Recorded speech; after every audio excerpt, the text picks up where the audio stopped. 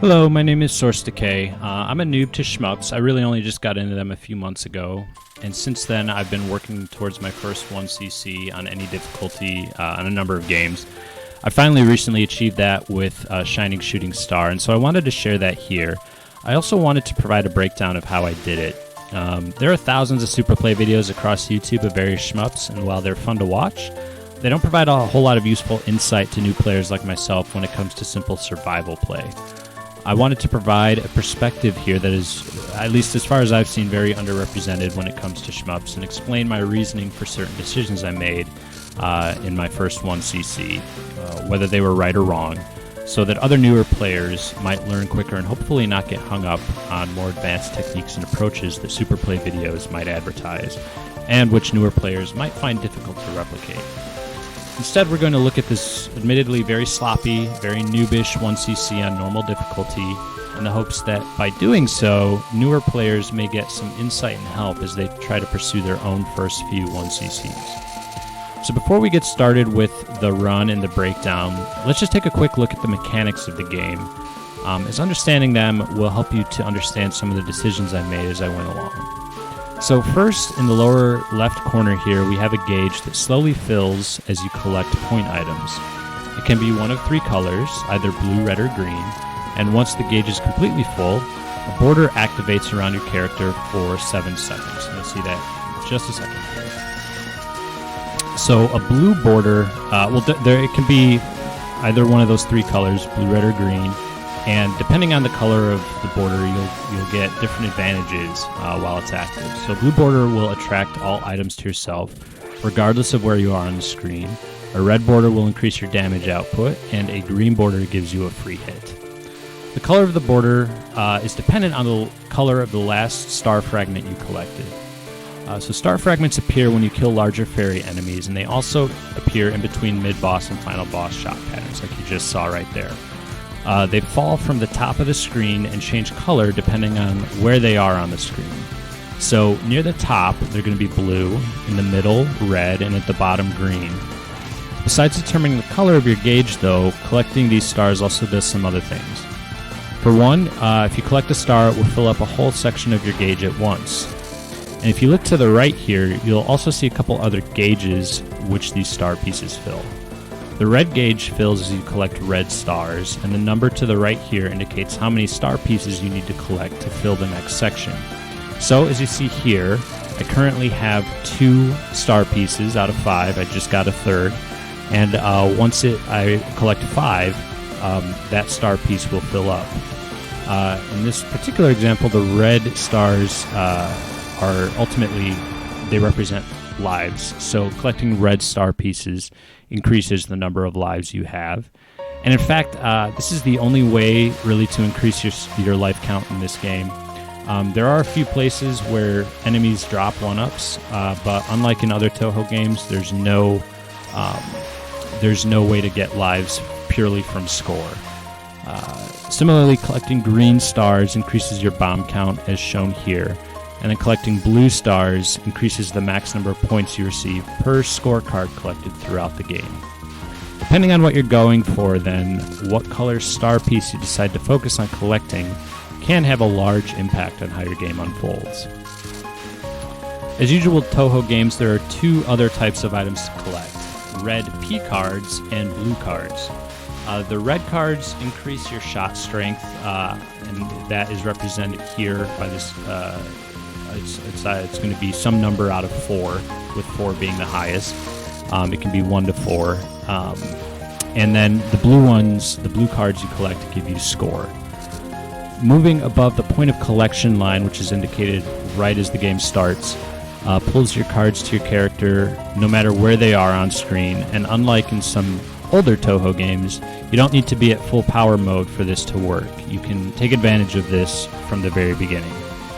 An important other note to this, typically in Touhou games, where you are physically on the screen when you collect blue cards impacts the point value. So if you're closer to the bottom of the screen, they'll be worth less.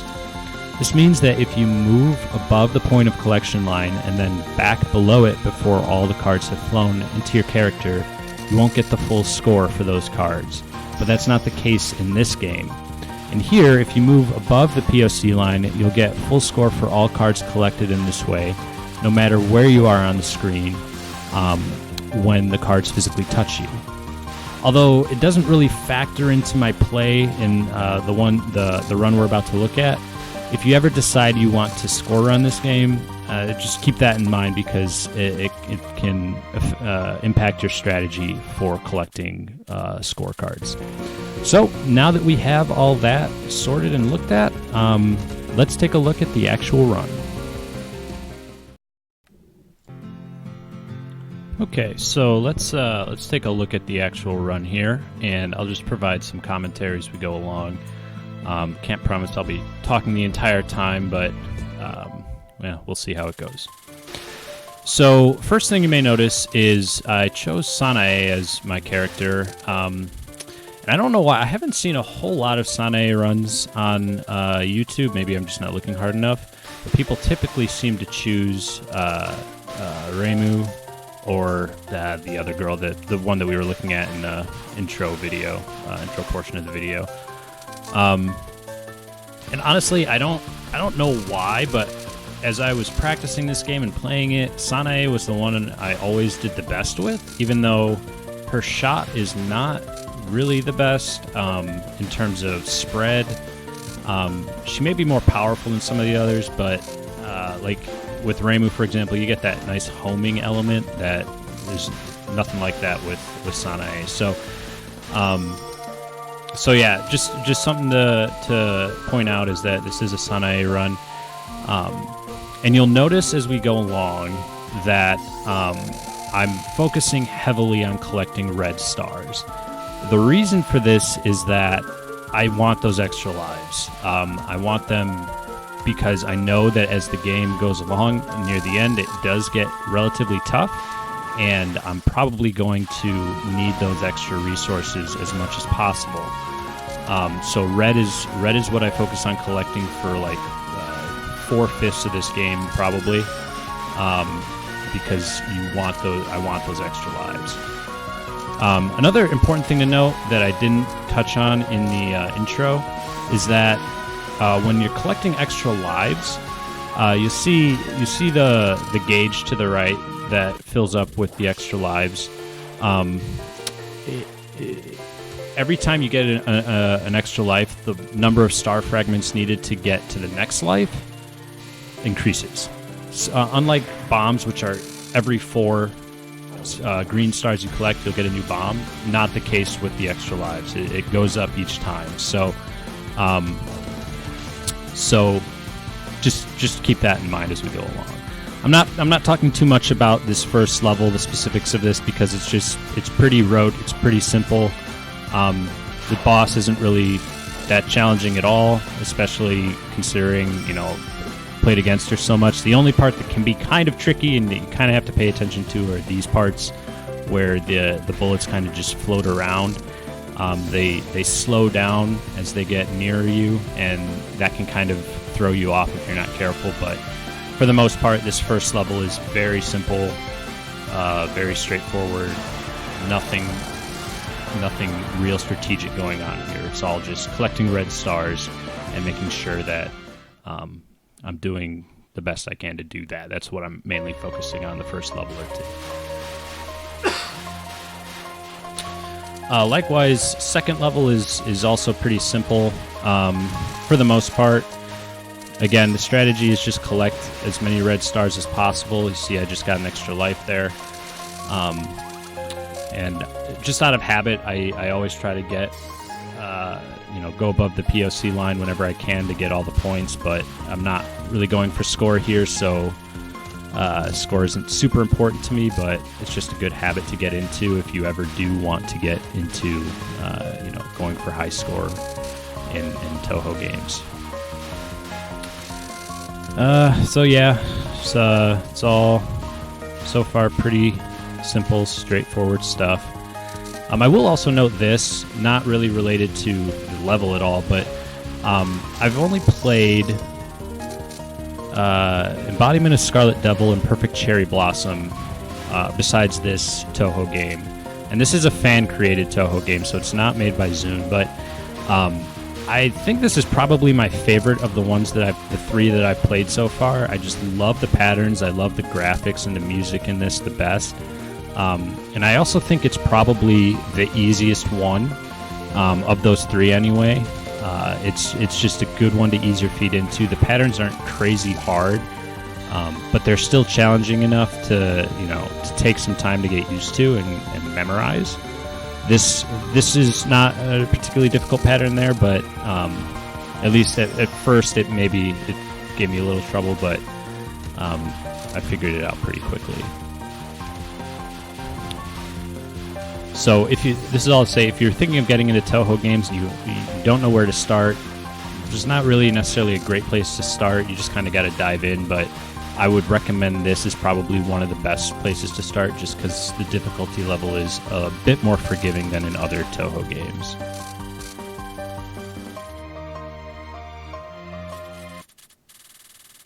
So now we get to the second boss. This boss has some fun patterns. I do like this first pattern a lot. Not really challenging, but it's a step up from the first boss, so I'll take it. This pattern, just gonna pause here because basically what you want to do with this pattern is you want to kind of lead the bullets up to the side because she follows you. So lead the bullets up to the side for the first round and then stay up there and then lead them back down so that you can focus your shot like this, and you'll only have to go through 2 rounds of that shot, basically. This pattern can also be a little tricky. It does get me from time to time. I think it almost gets me in one... no, actually, it didn't really almost get me there, but that pattern can be tricky but fun. And then this one, you just kind of got to stay ahead of that line. Always try to keep lined up with the boss, but stay ahead of the line so that arrow that comes down doesn't get you, and never be on the line if you can help it. And then this pattern can also be a little tricky because of those ball-shaped bullets that come in from the right and left. You kind of gotta shuffle back and forth a little bit to make sure they don't hit you. But again, mostly pretty straightforward here, these first 2 levels. This level is the first one where I really started to kind of get a little too lax, and I made some stupid mistakes, which you'll see soon enough. So in my defense, I had practiced. I had probably spent an hour or so practicing before I started my run, and then once I started doing runs, I kept dying in the first 2 levels to stupid things because I was impatient. So this is probably my 7th run. See right there, stupid impatient mistake that should not have happened. I almost died here too, because I was just being impatient. So that's one thing I know I need to work on for shmups in general, is just to be a lot more patient with how I go through the levels, basically. I also died in this fight, that's not a hard fight, and I actually really like this mid boss. Just it's fun, but man, I should not have died there. And I think at this point, I knew I'd get a 1-up there, so I knew that was coming. But those were both stupid deaths, and I knew, in normal circumstances, I probably would have started over there, but I think I was just okay, this isn't going to be the run, but this isn't going to be the one where I make it all the way to the end, but let's at least, practice a little bit and see how far I can get. And I think I was probably getting close to ready to call it and be this is the last run of the day for me. So let's just see what happens. Because those are stupid deaths, but I didn't restart like I normally would have. I just powered through and kept going. So now we come to the third boss. Third boss is actually a lot of fun. This pattern, my strategy is basically anytime the leaves change direction, move up and in between them to the next level, because they're always falling down.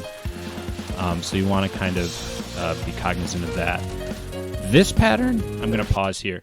This pattern, you what your strategy is going to be to move slightly to the left or the right of where the boss is, so that when she makes those kind of laser-like lines that go out and cross, they are positioned to the left or slightly offset from where she is. This way, you have some time to just sit and shoot at her while these other things materialize. So I'll show you. See, I'm slightly off to the left there. I can just sit and shoot her and get a lot of damage in while nothing is really happening. So this pattern is fairly simple. It's not, it's not really that difficult. You just got to make sure you dodge.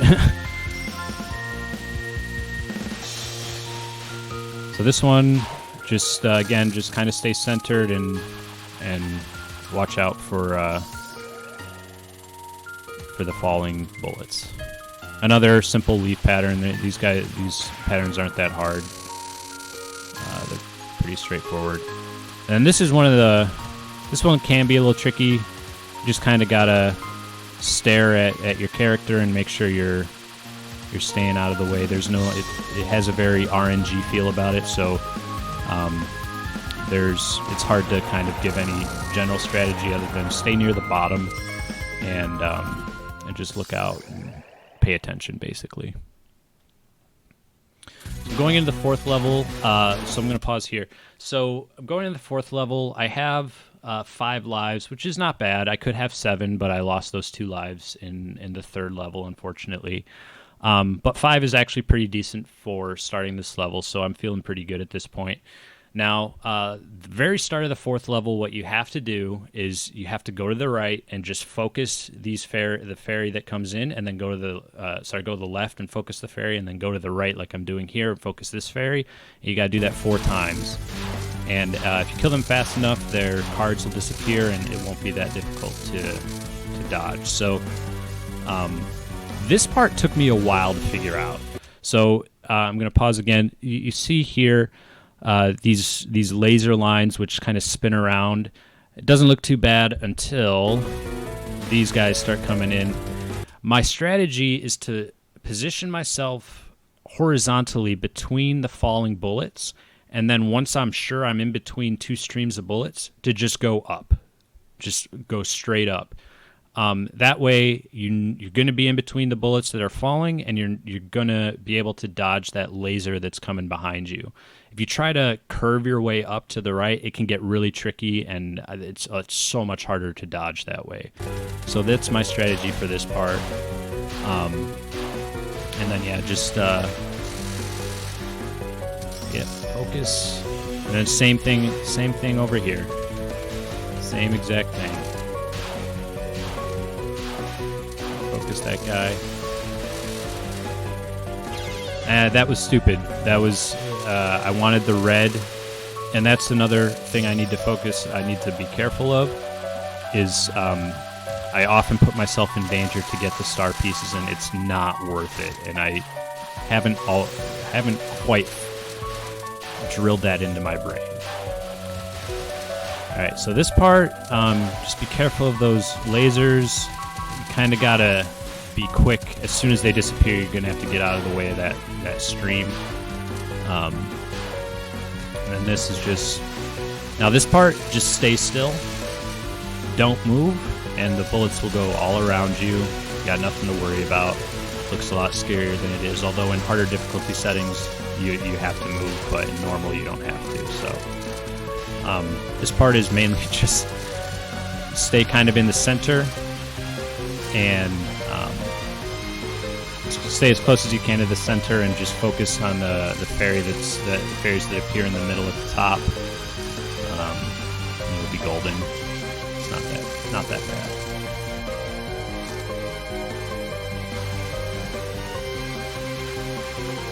So this part, she does have a decent spread, so you can kind of do damage to both of them, but make sure you're focusing at least one of those 2 fairies on the side. Probably not going to get that. I got the green star, but you might not. Don't worry, don't kill yourself over that star fragment. And then here, let's just focus. Yeah. See, I got another life. So I have 5 lives going into this fight here. And this is a fight, I'm going to pause here. This is a fight that I spent a lot of time practicing on. So I kind of had a good feel for this. This was also the main reason I chose Sanae, is because this boss's patterns are slightly different depending on which character you choose.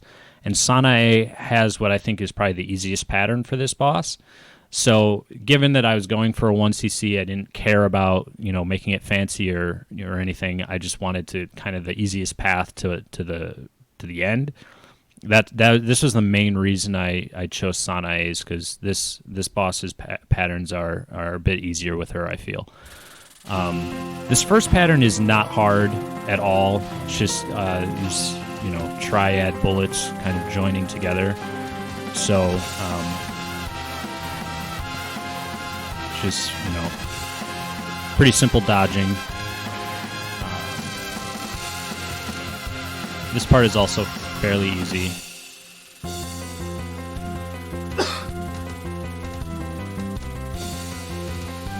Just dodging the bullets. I like this kind of dodging. It's fun. It's the most fun, I think. So I missed the red there. I was hoping for a red, but I got a green instead. But that's okay.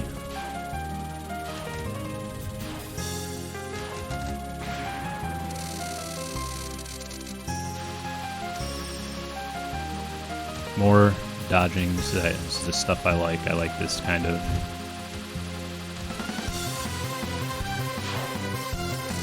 mostly predictable patterns that you can easily dodge. So this is you just gotta stay near the center. That was a stupid death. That was one of that, like, when you get deaths like that, that can be really discouraging because that was just flat out stupid. But you just gotta, and I died again. And the reason, I'm gonna pause here. The reason I died there, and that death pissed me off, is because like the laser was still, that it was like fading, and it was almost faded out, but I just nicked it before it completely faded out, and that's what killed me. And at this point, I have 3 lives, so I'm not feeling great at this point, because this is this boss I practiced a lot, and I'm easily, most of the time, I'm easily able to get through her without dying at all. And I practiced prior to doing my runs. This was one of the main bosses I practiced. So to have died twice on this boss was very discouraging. So let's keep going here. But I figured, like I said earlier, like I was just going to see where the run takes me.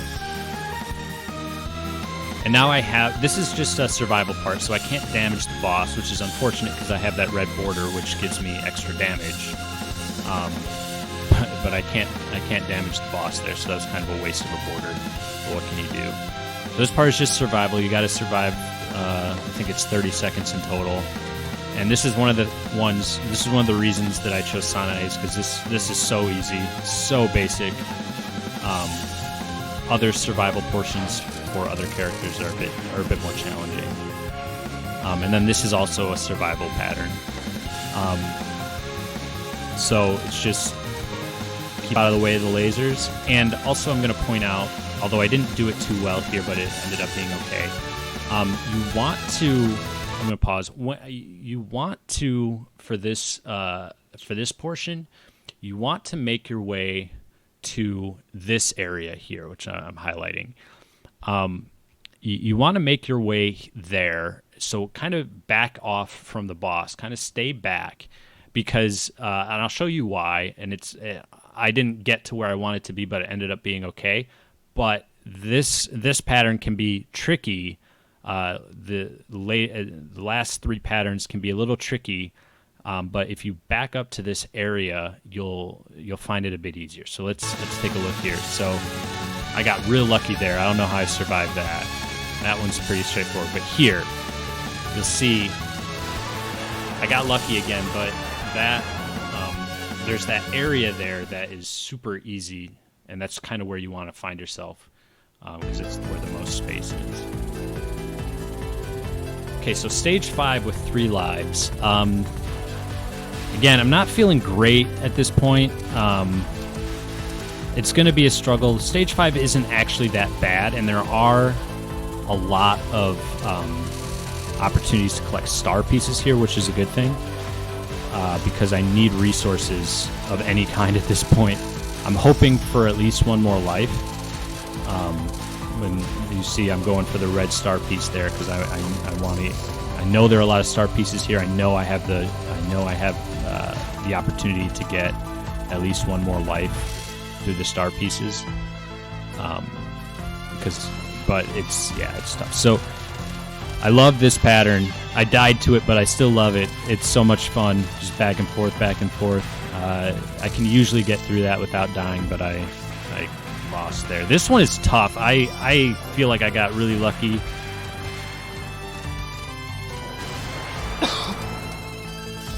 But there was a 1 up there, which is helpful.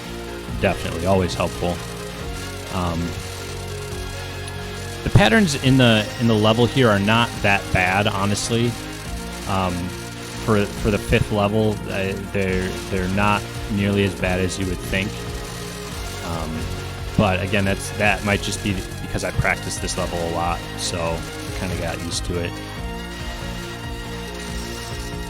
I missed that star piece on the right. I'm not sure why.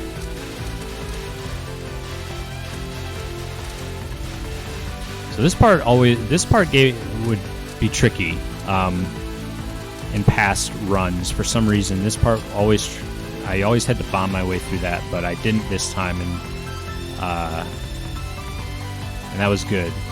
I need to, because I haven't been collecting green star pieces, so I don't have bombs really. So conserving the bombs is a good thing whenever possible.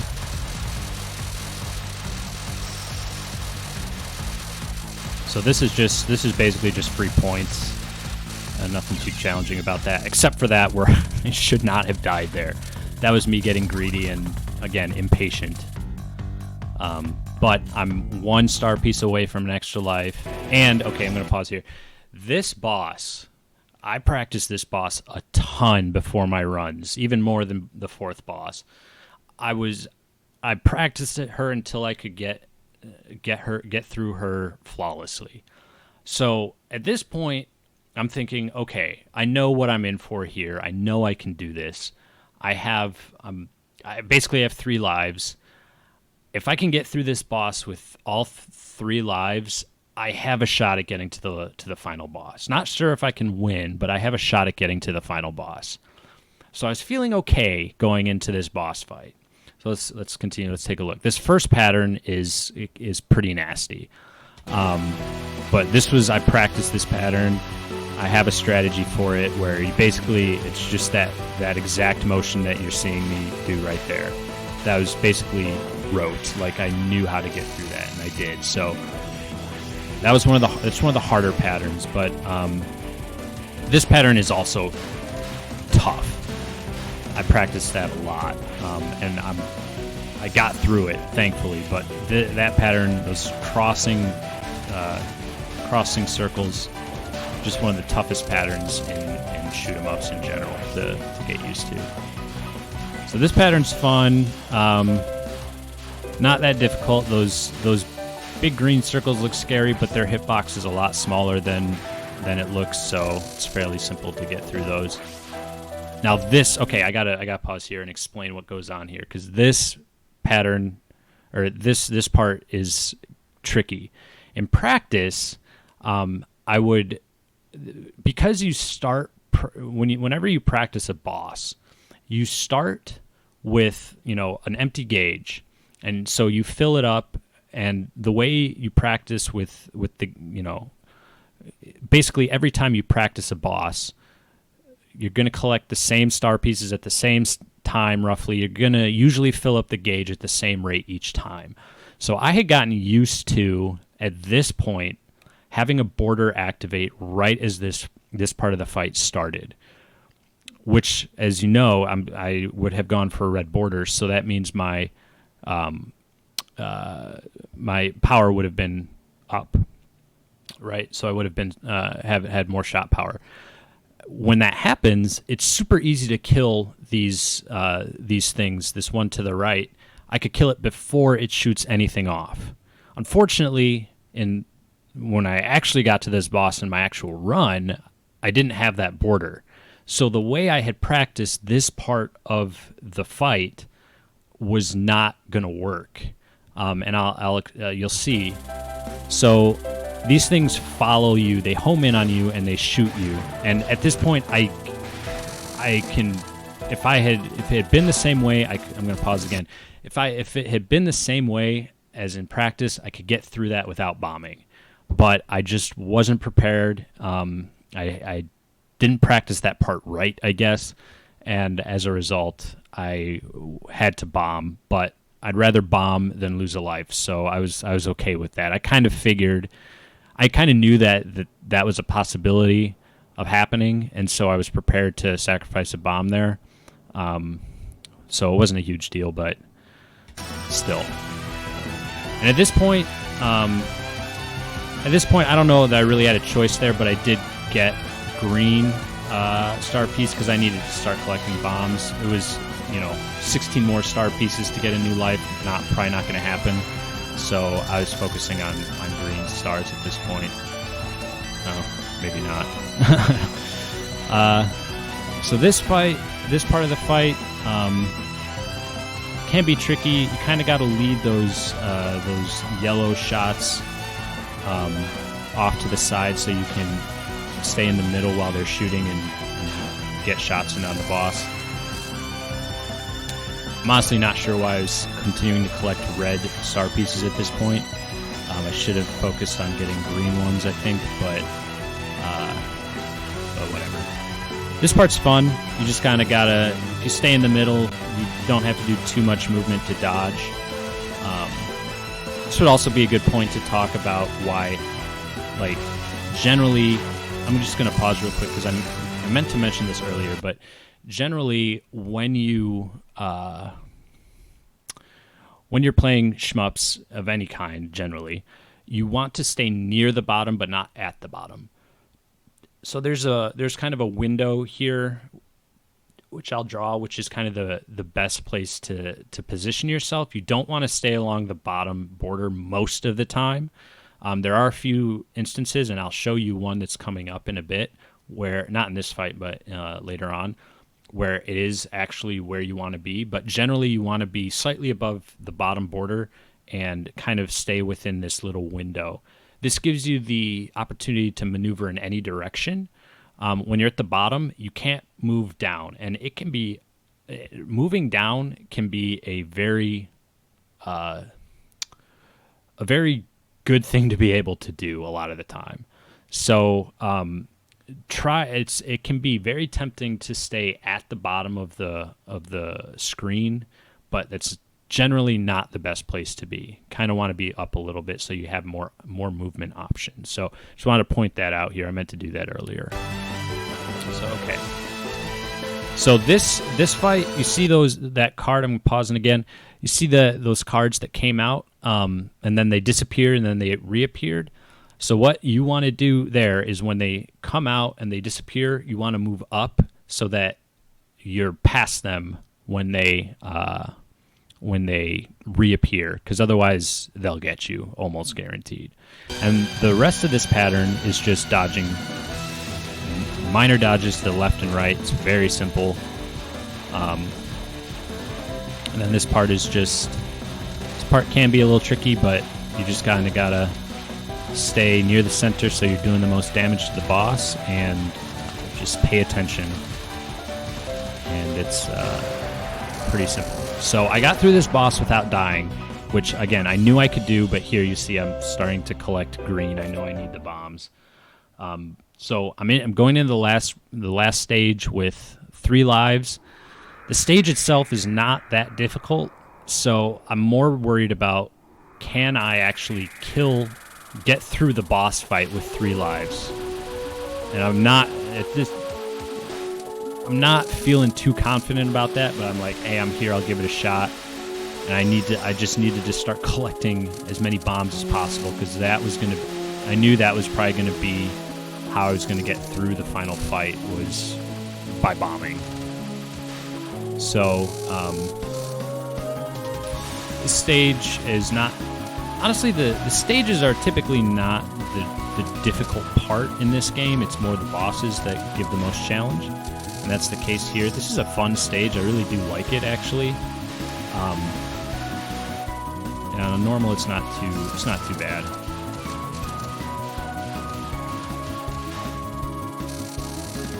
But yeah, the final boss is tough.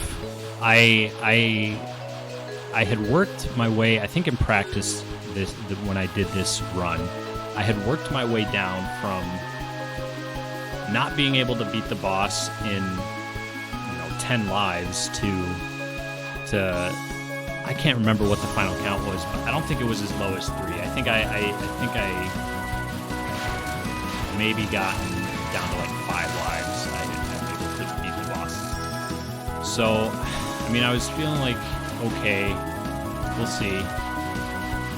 See, I bombed. I think I do again here because just got these. Oh, maybe I don't. But I bombed previously. Yeah, there. I had to bomb. I was screwed otherwise.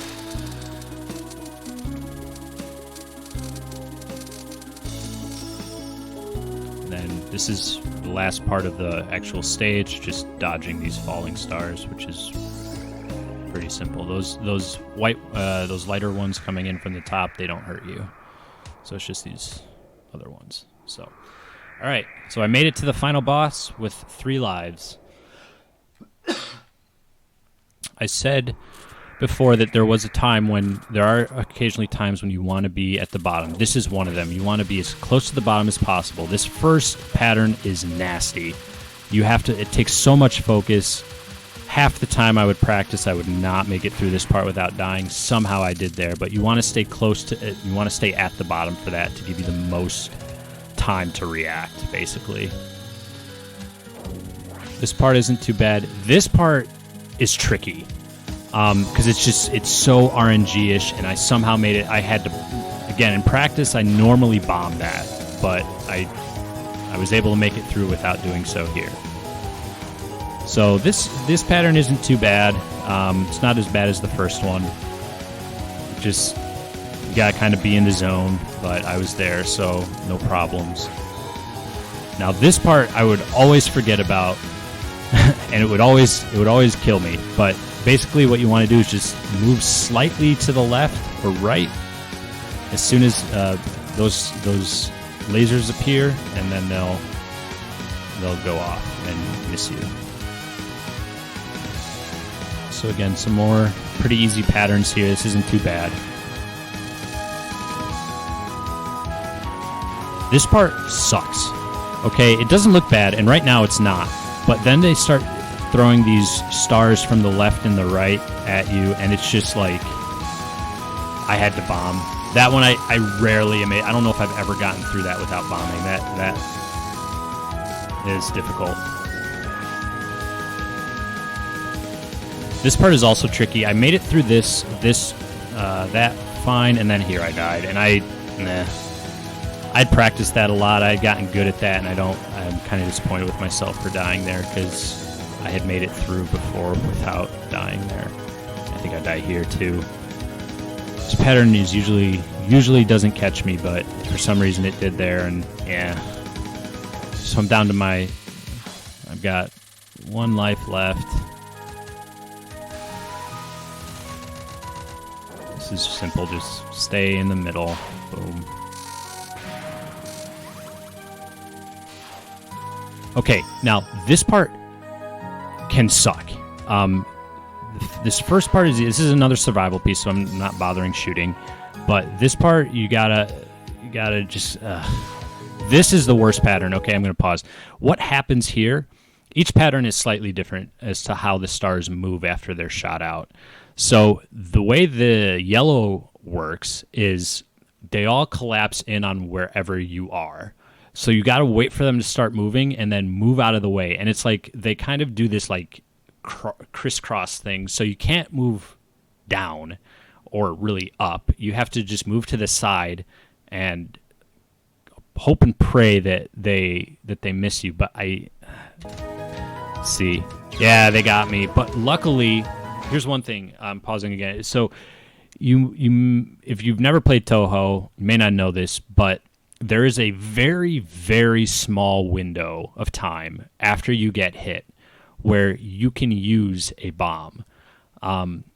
And if you use the bomb within that time window, the bomb will go off and you won't die. You also won't waste a bomb. But it's like such a small window, you basically it's almost impossible to react to. You kind of have to get lucky. So that's what happened there. I got lucky, kind of. I saw it coming, so I bombed to get out of it, but I hadn't bombed. I bombed after I got hit. It just so happened to be that way. So I didn't end up wasting a bomb, which is great. So this pattern is pretty simple. If you stay in the middle, you can kind of just move straight up. This one, you just wait. When they start moving, you move off to the side, and you can just kind of go around through like that. This one's tough. I got lucky. I usually don't make it through that one. And then this one, I can never make it through without bombing. So I just bombed to get through it. And then that's the end of the survival piece.